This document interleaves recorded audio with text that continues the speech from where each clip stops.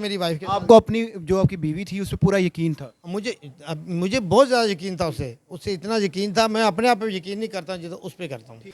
अब बात यह है कि जब हमने बरामद की जहाँ से ये मेरी वाइफ पकड़ी गई है, उस बेड पे उस कमरे में ऐसी हालत में ये पड़ी हुई थी कि मुझसे बयान नहीं होते। मैं उसका खामद हूँ, मेरे बच्चों की माँ है, लेकिन वो मैं ये गवारा नहीं समझता कि मैं वो बयान करूँ। जब वो पकड़ी गई उसका उसी वक्त तफ्तीश ने उसका मेडिकल करना था। तफ्तीशी ने पैसे लिए उनसे, मुझसे भी लिए, और उसका मेडिकल नहीं। ये तरीक़ाकार है कि और आपकी बीवी उनके साथ मिल गई? ये बीवी मेरी उनके साथ मिल गई और बच्चे भी वो साथ ले गई है। अस्सलाम वालेकुम, आप देख रहे हैं पाकिस्तान टुडे और मैं हूं आपका मेज़बान अनीब ज़हीर। नाज़रीन, कुछ दिन पहले एक सोशल मीडिया पर वीडियो वायरल होती है जिसमें एक शख्स है जो कि अहाता अदालत के अंदर मौजूद होता है और ख़ुदकुशी करने की कोशिश करता है। वो वीडियो जैसे ही सोशल मीडिया पर वायरल होती है तो एक धूम मच जाती है कि यार ये मसला क्या है, क्या वजह है कि जो शख्स है ये ख़ुदकुशी करने की कोशिश कर रहा है। हमारे साथ वो शख्स मौजूद है। मसला ये है कि जो इनकी बीवी है अपने 2 बच्चों के साथ इनको छोड़ के चली गई, और छोड़ कर किस तरीके से गई हैं वो सारी कहानी हम इनसे सुनते हैं। अस्सलाम वालेकुम। जी वालेकुम सलाम। सर, मसला क्या था? आपने खुदकुशी करने की कोशिश क्यों की? सर मसला ये था कि मेरी वाइफ 28 को गवाह हो गई थी। मैंने पर्चा करा रखा था, लेकिन उसके रिलेशन किसके साथ चल रहे थे मुझे नहीं पता था।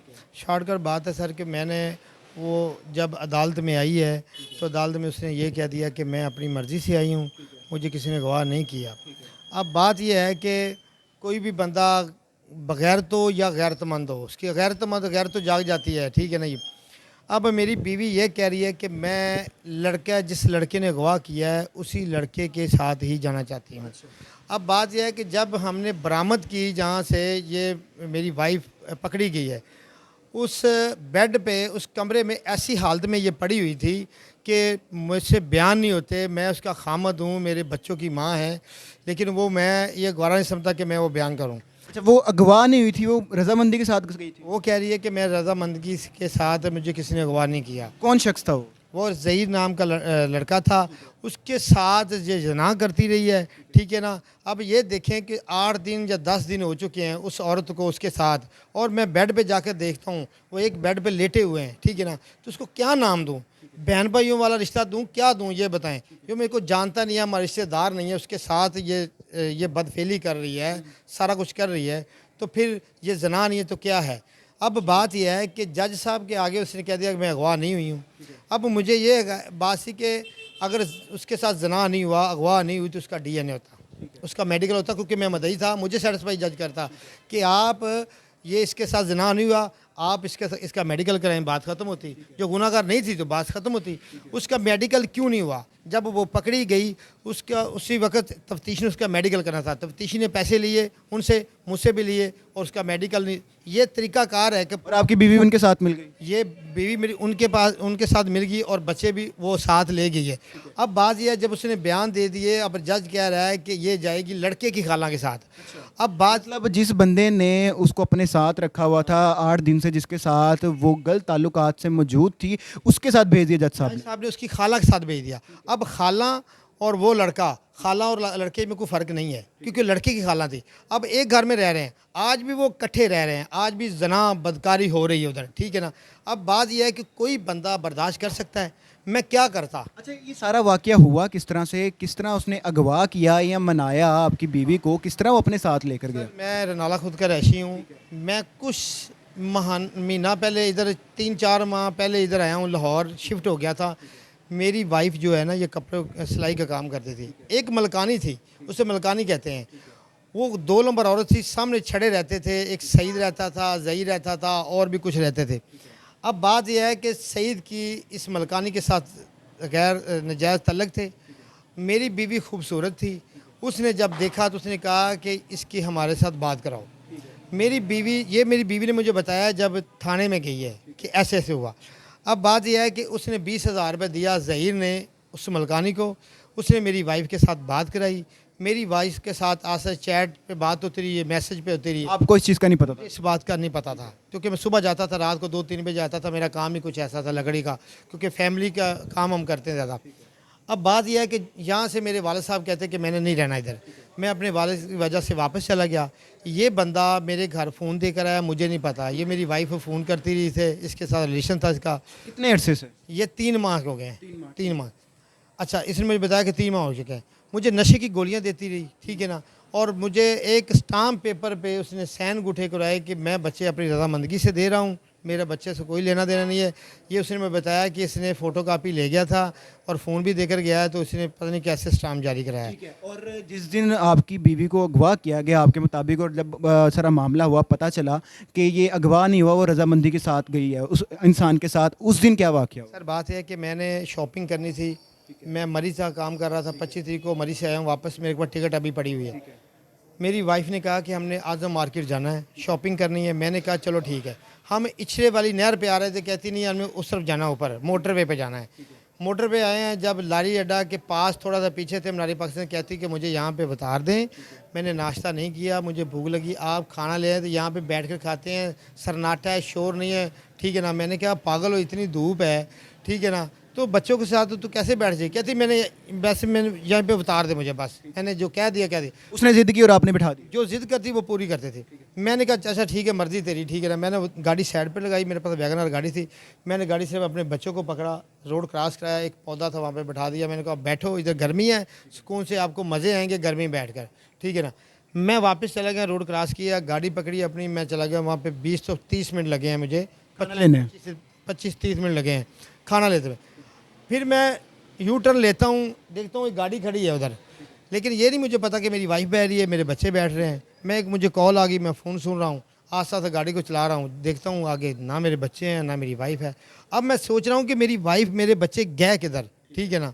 उसको किसी को अगवा कर लिया, मेरे ज़हन में तो यही है ना, मुझे क्या पता मेरी वाइफ के। आपको अपनी जो आपकी बीवी थी उस पर पूरा यकीन था? मुझे बहुत ज़्यादा यकीन था उससे, उससे इतना यकीन था। मैं अपने आप पे यकीन नहीं करता जितना उस पर करता हूँ, ठीक है ना। अगवा हो गई? अगवा गई। अब मैं दरख्वास्त देता हूँ इधर लारी अड्डा में, थाना में दरख्वास्त दे के, फिर बाद में रात को 10 बजे पर्चे के आर्डर हो जाते हैं कि वो अगवा हो गई है।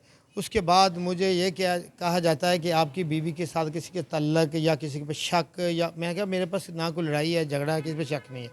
बाद में उन्होंने कहा कि आपके पास फ़ोन है घर, मैं कहा फ़ोन है, छोटा है फ़ोन, टच नहीं है, फ़ोन छोटा है। उसका वो फ़ोन का नंबर क्या है, नंबर लाया तो देखते हैं कि एक नंबर पे मुसलसल कॉलें हो रही है, मैसेज हो रहे हैं, कॉलें हो रही हैं पिछले 3 महीने से? पिछले 3 महीने से। अब 1 महीना हो गया, कॉलें नहीं हो रही थी उस नंबर पे।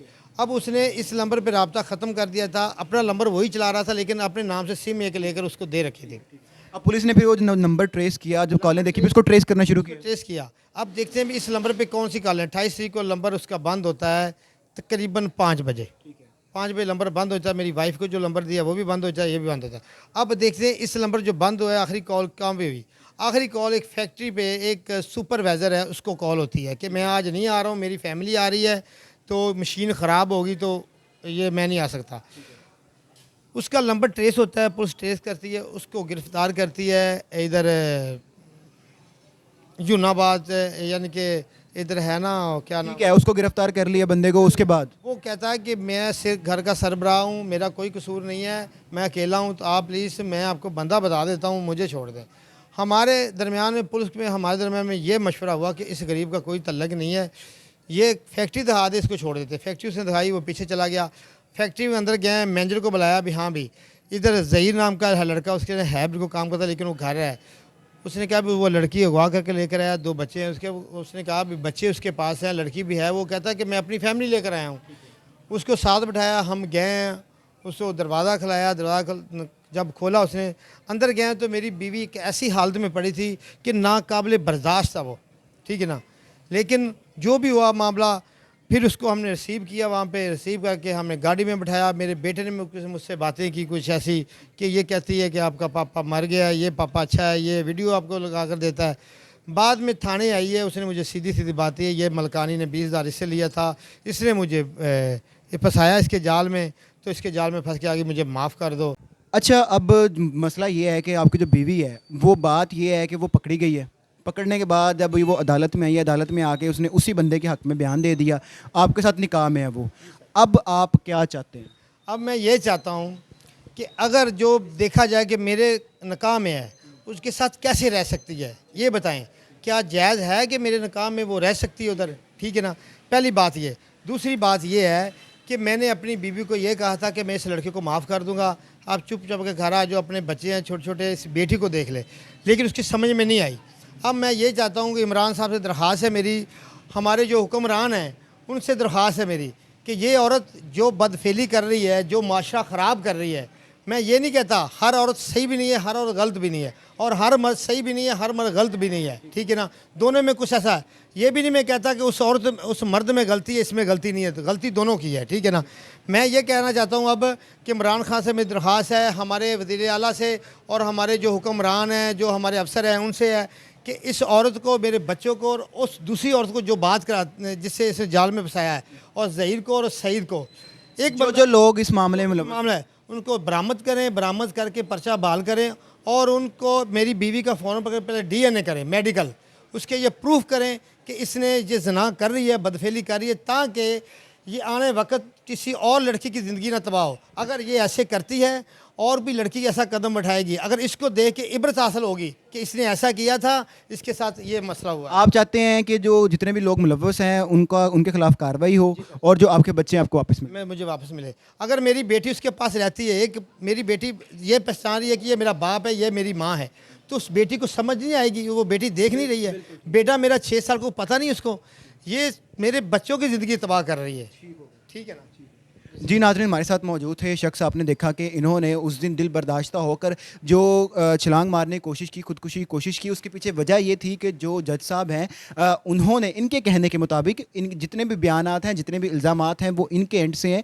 इनके कहने के मुताबिक जो जज साहब हैं उन्होंने जो इनकी खतून थी इनके साथ निकाह में थी, लेकिन भेजा किसके साथ, भेजा उस शख्स के साथ कि जिसके साथ वो गलत ताल्लुकात में बड़े अरसे से 3 से 4 माह के अरसे के अंदर वो मौजूद थी, और ये चाहते हैं कि इनको बच्चे हैं वो वापस मिल जाएं, और जो भी लोग इस मामले में मुलव्विस थे उनके खिलाफ कार्रवाई हो। देखते रहिए पाकिस्तान टुडे। मुझे दीजिए इजाज़त, अल्लाह हाफिज़।